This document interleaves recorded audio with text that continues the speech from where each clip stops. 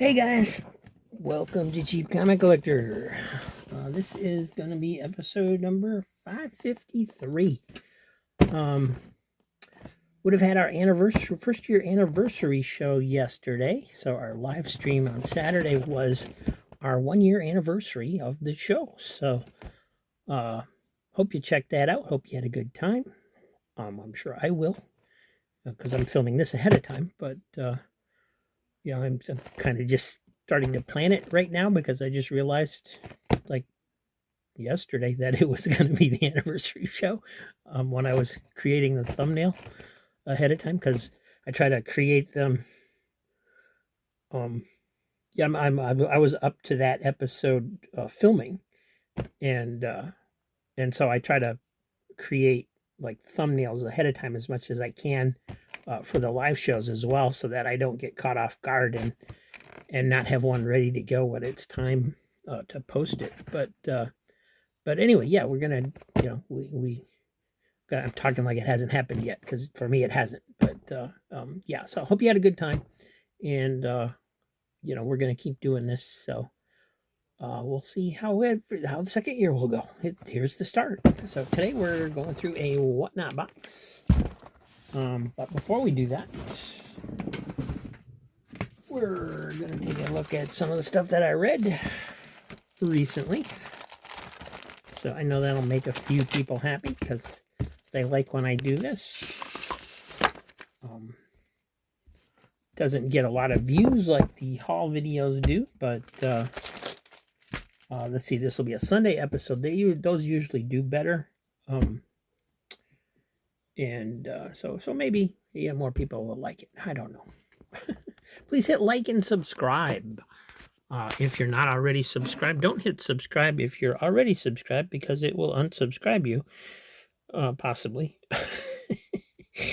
And thanks for being here. Thanks for making this first year possible, and hope you'll stick around for the second. So, yeah, we're just go up top here and get going. Let's get this camera situated. Hope everybody's having a good day, good weekend for you.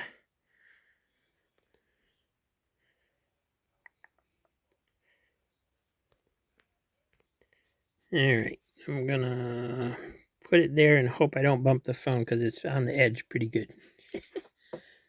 And get some lighting on so we can get rid of those wrinkles in the bag. Now that I noticed this camera picks up the glare, or no, this is not the phone. It looks better on the phone. The new camera I got picks up the glare more than the phone does. So I'm still using my phone for these recorded videos, even though I have the new camera, because I think it just looks better actually than the camera that I bought. But could just be me. Anyway, we're starting off with Donald and Mickey number 29. This was from Gladstone in 1995. So this was series 2. So this would have been after Disney took Gladstone started publishing when nobody wanted the license. They did a great job. Disney basically took the license away from them so they could do it themselves, because they thought they could do a better job and promote their new shows, like the Disney afternoon shows and stuff. After about a year and a half or so, they gave up on it and gave their license back to Gladstone. So this would have been at that time when they came back and published again. This cover is cool because it's a Don Rosa cover, but not only is it a Don Rosa cover, but it was one of the very rare times that he drew Mickey Mouse, because he didn't like doing Mickey. Just had no appeal for him. And but he did do this cover for them, and of course Mickey is prominently there on the cover, so that's cool. It reprints a Donald Duck story from Walt Disney Comics and Stories number 213. For this one would have been from 1958. And let me see if I can remember which one this is. It's been a little bit since I read this. Okay, yeah, this is a story where Karl Barks kind of recycled one of his plots. So it's similar to some other stories he did where Donald is just trying to get out of helping Daisy with spring cleaning, and so a chase ensues, um, and it's pretty funny. It's pretty good. But it isn't so much an adventure story as a funny story, but um, because of the whole chasing thing going on, it feels a lot like an adventure story in the reading of it. So uh, it was a good story. And then there's the second part of Goofy King Arthur, which would have been uh, a story done under the Disney Studio program. Was actually drawn by the Jamie Diaz Studios, but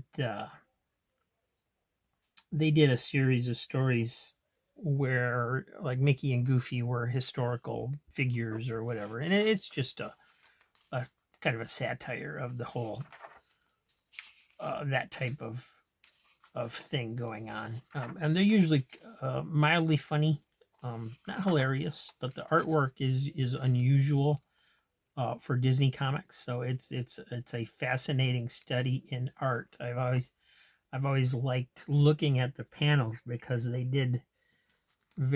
had a very unique way of presenting the story, especially for Disney comics. And that's all that's in this issue. So that takes up the rest of that issue. There's a column showing some of their new comics and things like that. There's a letters page, um, and it was a good issue. I recommend just about any Disney comic, quite honestly. The only ones that I didn't buy when they were coming out, especially from Gladstone, were ones where I already had the majority of the material because they started doing reprints of their reprints.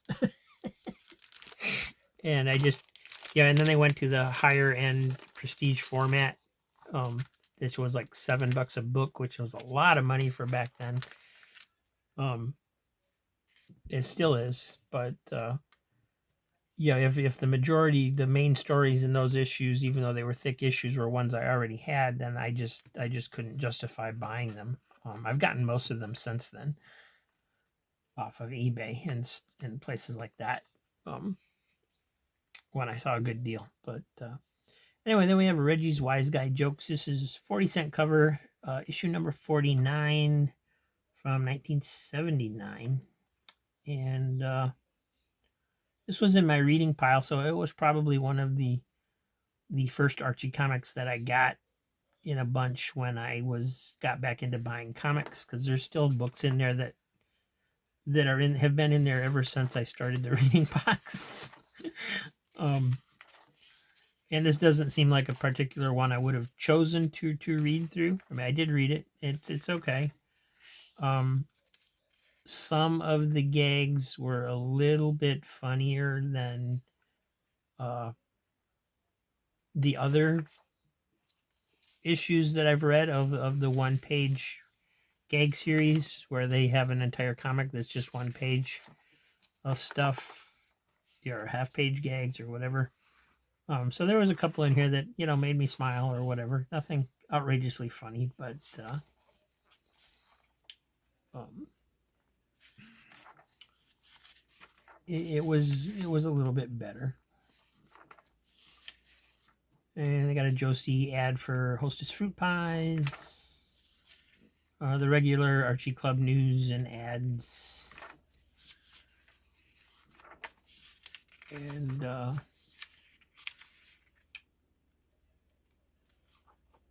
And yeah, poster ad in the back for Susan Anton,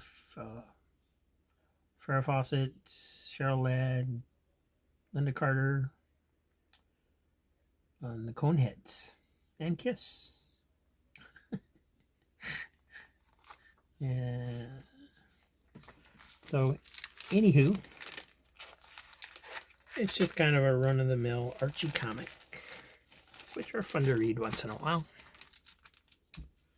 And then I read the series of Doomed from DC Comics. I wasn't familiar with this at all. It's a new character that I had not heard of previously. These are from 2015. And this was pretty good. For a modern comic, I enjoyed this much more than I thought I would. It's a solid read. It's written by Scott Lobdell. Artist is Javier Fernandez. And they do a good job. It's a new character who basically turns into a monster. He can't control himself. He can't talk. He just makes monster sounds. And he's called Doomed. And what it is he gets this job at Star Labs. And he gets exposed to doomsday spores that they're testing. Because it's his job to clean the lab at night. And he gets exposed to these spores, and they infect him with the doomsday virus, or whatever you want to call it. And so when he gets basically excited, threatened, whatever, he turns into this monster. But he still has his thoughts. He's still, and of course everybody wants to everybody thinks he's a monster, and he can't communicate. So this is issue number 2. And this kid here is actually some kind of alien in disguise. This was an odd issue because they don't really explain this too much. But he's a monster hunter, a bounty hunter, and somehow they have sensors or something that detect that this guy's infected with the doomsday virus. So he goes after him. He's trying to catch him, destroy him, whatever. And then I guess it goes into issue number 3. Yeah, there he is, where he's hunting him down. And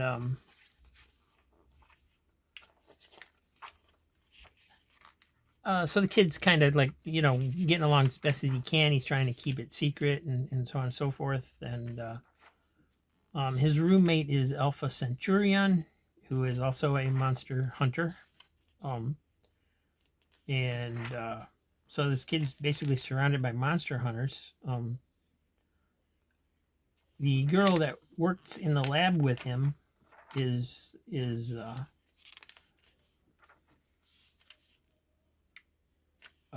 trying to help him a little bit. The alien kid thing shows up and wants to fight. And of course the kid wants to be a hero. He's like, I got powers, I want to be a hero, I want to do whatever, So anyway, Wonder Girl shows up to basically beat up the monster, because there's somebody, I forget if it's Star Labs or who it is, hires her to come in and fight the monster. But once she realizes what's going on, and the alien lets him go too, because he's not like I forget why. It's been a week or two since I read that issue. And he's got an aunt that he takes care of, or grandma or something, I forget. And so he's got to keep it secret from her. And it's very much kind of like an early Peter Parker,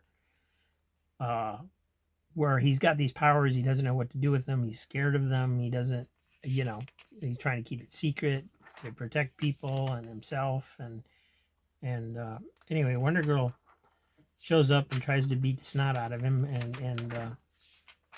ends up letting him go, realizing that he's deep down he's a hero and not a monster. Just that people are just assuming he's a monster because of what he looks like. And then Superman shows up, and there's also this other girl in here who first got him excited and active, and that's what activated his powers the first time. That's a storyline that doesn't get resolved in this miniseries because it seems to be kind of implied that she did it on purpose, that he's just an experiment.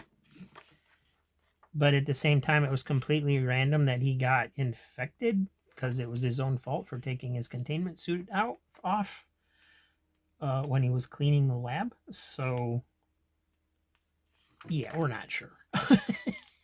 It's just a storyline that didn't go anywhere within this series anyway. I believe this character continues into like a Superman one shot and also shows up in like the Titans series. But I don't know how much they actually, developed the storyline more after this. So Superman shows up and basically, is worried about him, trying to keep an eye on him and stuff because of the Doomsday virus. And so he starts fighting Superman. His roommate is taken over by the Alpha Centurion personality, and he wants to kill him. And so Superman is trying to contain him. This guy's trying to kill him. And then this monster shows up, so they all have to team up to fight that monster. And it's actually a good series. I mean, it was interesting. I think from the whole standpoint of, he's a misunderstood monster, which is, an old trope of storytelling, but it reads well. It reads well. I enjoyed this. It was very much a traditional comic book, and it was just fun. It was a fun read. I enjoyed this a lot. So that is, and that's the end of the story. Basically, Superman ends up letting him go, but he's going to keep an eye on him, and blah blah blah blah blah. It's the typical stuff. So that's what happened, and it is, like I said, a good read. I would recommend this actually. $3 an issue when it came out. I don't know if I would, buy it for that, but when you get them on the cheap, and I'm pretty sure you'd be able to pick this up in the dollar bins. But I enjoyed it. It was good. I don't know how many times I'm going to say that. Sorry, I'm just getting these put back in the bag so I can get onto the WhatNot box, guys. Gonna start any minute now. Here we go. What's in the WhatNot? Ta-da! All right. So we have 64 comics, $31.56 with shipping. So I paid up for this one a little bit compared to what I've been paying. This was 49 cents a comic, which is still a heck of a deal no matter what's in here. And these came from Gotham Thrift Comics again, which I got a lot of boxes from them. And then they stopped doing boxes, so I don't know if it was me. I don't think so. They sold a lot more boxes than to just me, but because they were doing them for hours every night for quite a while. But anyway, we'll go ahead and take a look, see what's in this box.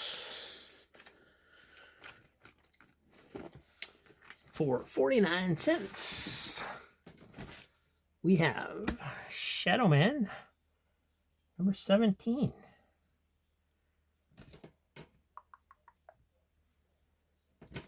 And it looks to be minty. Maybe some cover wear on there.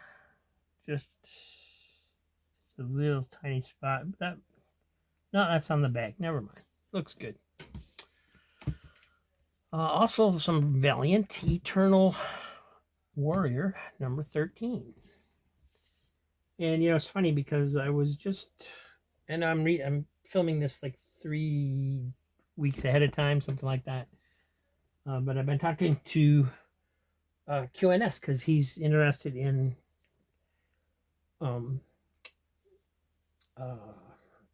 filling in his run of Shadow Man, and that actually got me going through all my boxes that we've already auctioned and pulling out all the Valiants and putting them together in their own box. And it sort of got me wondering if I shouldn't be collecting the Valiants and just kind of trying to put a whole set together of everything Valiant did, or at least for their first run, because that would be kind of cool to have every comic that a publisher did, even if it's a small publisher. But so these are I normally consider these filler and so forth, but right now I'm liking seeing these. These are pretty cool. So Eternal Warrior number 13 again. Hardcore number 9. 2 of those. They killed the mascots. I think I mentioned that in another show. Question number 33, suggested from Mature Readers from 1989.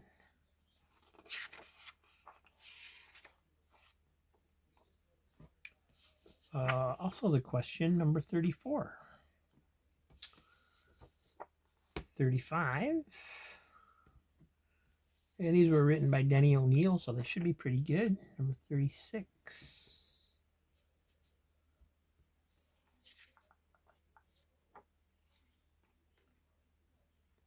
And the question quarterly, number 1 from 1990. A complete question story in this issue by Denny O'Neil and Denise Cohen. And so that was the same team that did this series. So this is from 1990. These are from 1990. So the quarterly series must have came out of the original series there. There's quarterly number 2. Number 32 of the regular series. Number 31. Annual number 2. Looks like it guest stars Green Arrow. And it's when they were doing Who's Who entries. So there's some Who's Who entries in the back. I always like to glance at those. Got the question. Aristotle Roeder, whoever that is. Myra Furman. Isadora O'Toole, Lady Shiva. Okay, I'm familiar with Lady Shiva from like Richard Dragon and Batman. Don't know the supporting characters of the question. I don't think I've ever actually read a question story.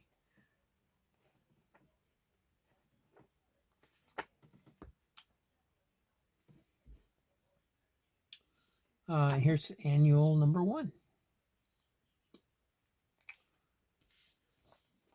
And what's this? From Eternity Comics. A pretty beat up copy. This is folded over and the cover just completely wrinkled all over it. Eternity Dark Wolf number 5. This is.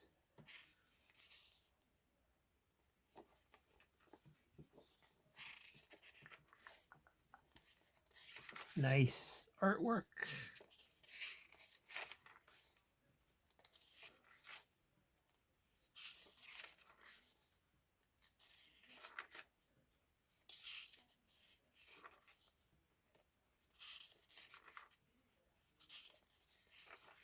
Interesting style. I like it.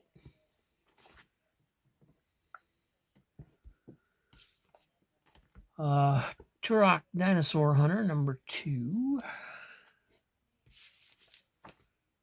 The question quarterly number 4. And number 3. So you got 1, 2, 3, and 4 of the question quarterly. Don't know how many issues that had. Blue Beetle, number 2 from 86.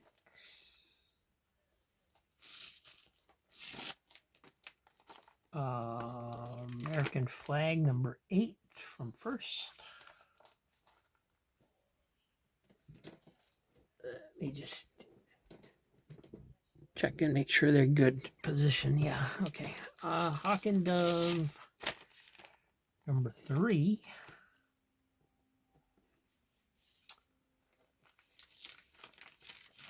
Power of the Atom, number 5, with the Elongated Man and Maxwell Lord.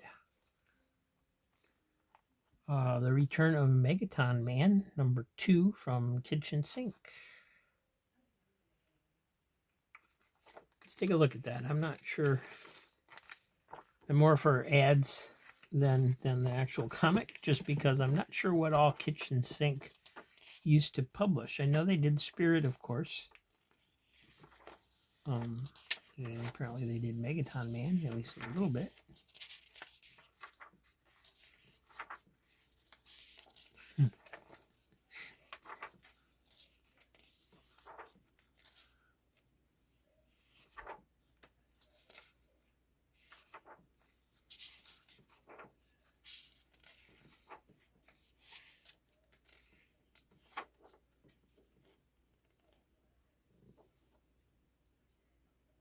And unfortunately, there's not really any house heads in there, but there's some t-shirts for Omaha the Cat Dancer and Xenozoic Tales, so I assume those were other titles that they did. I've heard of both of those, but yeah, didn't know who the publisher was. Doc Savage, number 2 from 1988.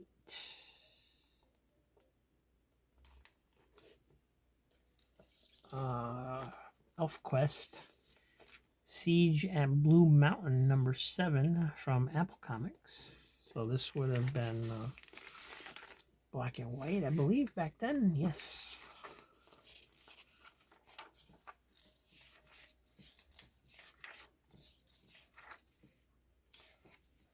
So I think this was probably their first sequel to the original ElfQuest saga. Would be my guess.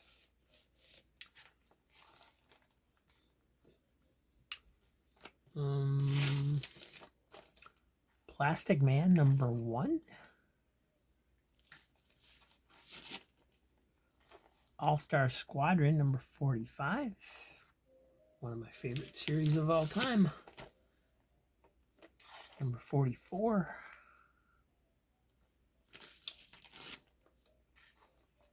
Action Comics, number 582. Looks like, not sure what's going on there. Number 581. In this issue, you will meet the Man of Steel's lawyer. Action number 580. So the actions are the reason I would have bought this box. Not 579 with what appears to be Asterix on the cover. So that's interesting. Since he's has never been a DC character. Action 578.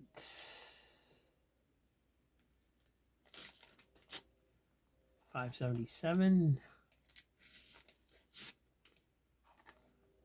576. And these are all in beautiful condition too. I would have paid 50 cents for these things all day, man. 575, The Great Brain Robbery. 574.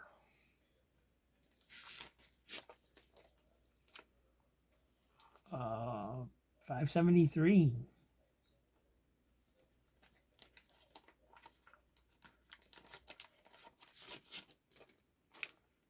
572. Nice run, man. 571.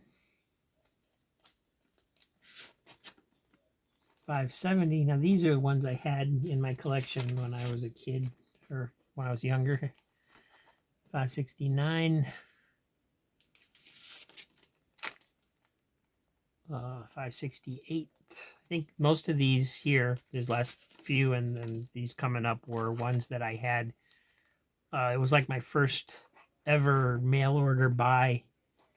We lived out in the country, out on an old farm, and it was probably, if I'd had money, it must have been after I got a job. Hey guys, so I had some kind of weird message come in that turned my phone off. Don't know what happened. I got a notification and it cut the video off. So I'm gonna start again. I gotta back up a couple issues because I didn't realize at first that the video was off. So just bear me with it. Set up once again up top. Hopefully we still have the same. No, still lost a little bit of the zoom. That was weird. I've never had the... I mean, I've had the camera just turn off on me before, but never because of like an incoming thing. So that'll do it. We have one more action issue from 1985. This was number 566 with Captain Strong, the Popeye ripoff. And we got Zero Patrol number 1 from Continuity. And also number 2. With an extra Neil Adams other Zero Patrol. Whatever that means.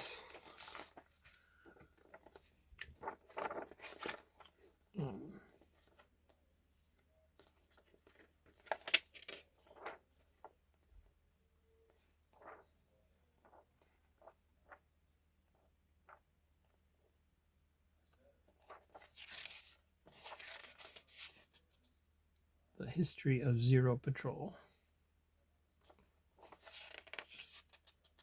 Okay, so it's actually some kind of like behind the scenes article about some Zero Patrol comic that he created years ago or something. So interesting. Some interesting backstory in that one. And then we have the World of Wood. This is number 2 of 4 from Eclipse Comics. Obviously, it's going to be have Wally Wood reprints in it. Oh, that back cover should have been the front. That's awesome.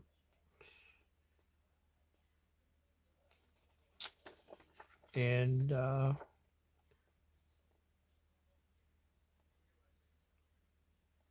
so, yeah. I mean, it's Wally Wood, so there's probably some nudity in here. Yep, definitely. But he certainly was an amazing artist. So that's number 2. We've also got number 3.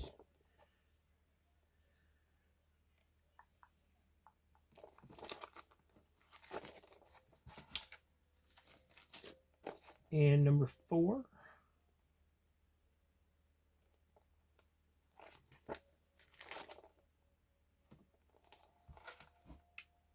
And oh, here's number 1. So we do have number 1. So we have all 4 issues. That's a picture of Wally Wood from 1977. Photo was taken by Mike Zeck. So 1, 2, 3, and 4, the whole miniseries. That's cool. From Renegade Press, something called Wordsmith. This is number 9. I vaguely remember this being a series title. I never knew anything about it, I don't think. Black and white, obviously.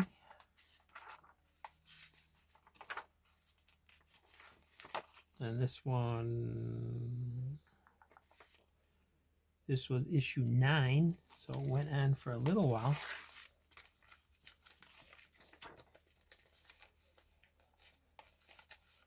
Well, this is a good box. Some really interesting independent stuff and all those action comics. Number 7.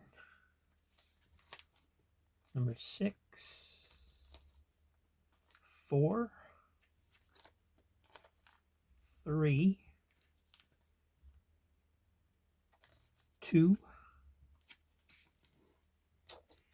and Nathaniel Dusk, number 3,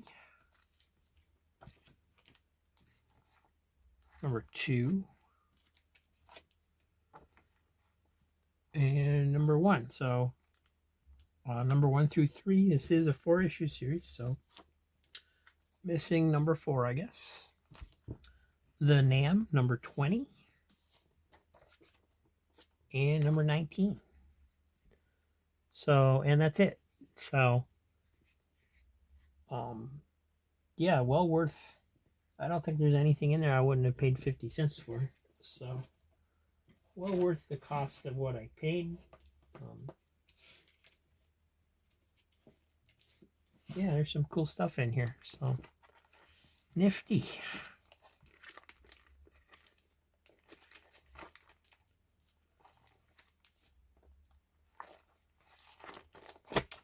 All right. Well, thanks for watching, guys. I appreciate it. Hope you're having a great day, great weekend, and we'll see you tomorrow. Tomorrow, I think what we're going to do this week is we're on that last box of Comics Den